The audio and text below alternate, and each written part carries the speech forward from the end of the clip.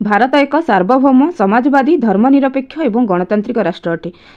भारतर प्रथम नागरिक राष्ट्रपति अटंती, किंतु राष्ट्रपति केवल नामक मात्र मुख्य होइथिबा बेले राष्ट्रर गुरुत्वपूर्ण कार्य प्रधानमंत्री उपर न्यस्त थाए। तो हेलो फ्रेंड्स, आपण मानक आम चैनल को स्वागत। आज आम एही वीडियो रे प्राइम मिनिस्टर अर्थात प्रधानमंत्री विषय आलोचना करबा। तो चलंतु वीडियोटी को आरंभ करबा। प्रधानमंत्री 74 धारा अनुसार प्रधानमंत्री अध्यक्षतार एक मंत्रिमंडल गठित होता है। ताहा राष्ट्रपति को तांको कार्य संपादन रे परामर्श और सहायता करिथाए।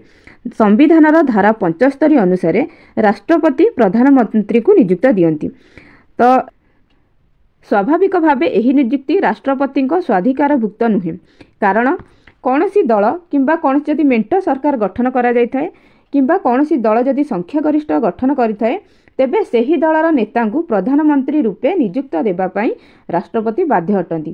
तो एठार जदि आमे देखिबा तेबे प्रधानमंत्री को शपथ पाठ किए करती। तो देखिबा जदि प्रधानमंत्री शपथ पाठ राष्ट्रपति से तांकु शपथ पाठ कराई थांती। राष्ट्रपति प्रधानमंत्री को तांको पद और गोपनीयतार शपथ पाठ करांती। प्रधानमंत्री कार्यकाल 5 वर्ष होता है।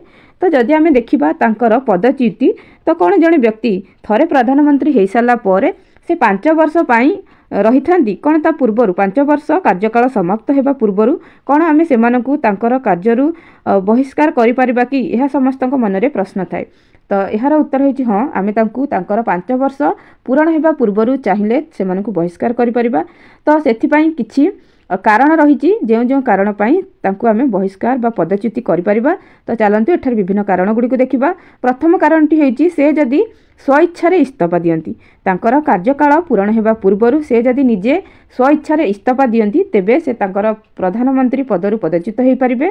द्वितीय जदि कौनसी कारणरू तांकर मृत्यु घटिला 5 वर्ष पूरण होगा पूर्वर जदि तांकर मृत्यु घटिला तेबे से निजर पदवीरु पदच्युत हो पारिबे। तो जदि परवर्ती देखिबा तांको विरुद्ध रे अनास्था प्रस्ताव, निंदा प्रस्ताव किंबा काट प्रस्ताव जदि आसिला लोकसभा गृहीत हैला तेबे तांको आमे बहिष्कार करि परिबा। तो आउ अन्य एक कारण रही जदि कौनसी कारणरू लोकसभा भांगी गला तेबे मध्य प्रधानमंत्री तांको निजर पदवीरु पदच्युत हेबे। किंबा शासक दल बा जो मेंट सरकार थाए जदि तार नेता जदि परिवर्तन हेले तेबे मध्य प्रधानमंत्री निजर पदवीरु बाहरी परिबे।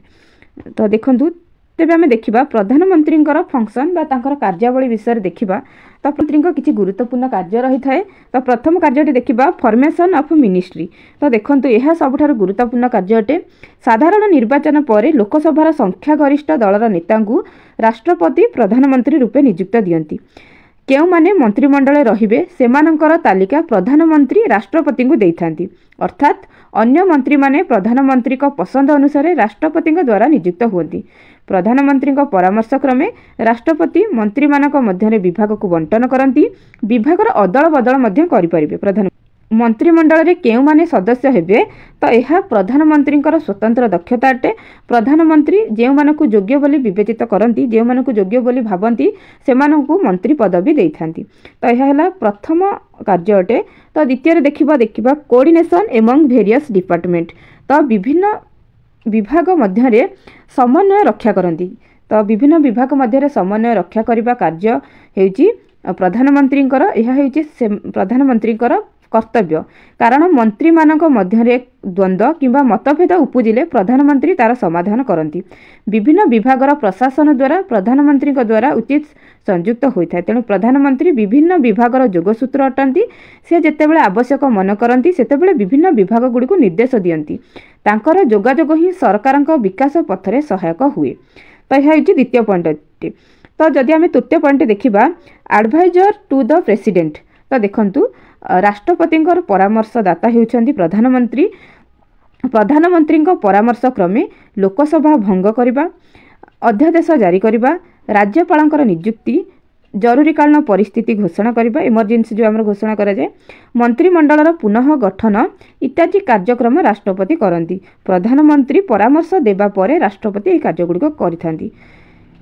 तो जदि आमे देखिबा वास्तव में राष्ट्रपति प्रधानमंत्री प्रत्यक्ष संपर्क रही है। प्रधानमंत्री परामर्श क्रमे राष्ट्रपति कार्यगुड़िक करिथांती। तापर देखिबा जदि डिटरमिनेशन ऑफ फॉरेन पॉलिसी वैदेशिक नीति निर्धारण देश देश मध्य संपर्क अभिवृद्धि घटाइबा हेउची राष्ट्रपतिंकर कार्य। आधुनिक राष्ट्र आंतर्जातिक संपर्क प्रतिष्ठा करि न पारले जगतीकरण बाद पड़िबार संभावना रही है। तो देखंतु वर्तमान समय रे तो देश देश सहित आपण मानकर उत्तम संपर्क प्रतिष्ठा करबा निहाती दरकार। तो यही अन्य देश सहित उत्तम संपर्क प्रतिष्ठा करिबारे प्रधानमंत्रींकर गुरुत्वपूर्ण भूमिका रही है। परवर्ती पॉइंट को देखिबा लीडर ऑफ द नेशन देशर प्रधानमंत्री देशर नेता अटंती। विभिन्न सांस्कृतिक सामाजिक और राजनैतिक अनुष्ठान रे जोग देई नागरिक मानकर समस्या सहित से परिचित हुंती।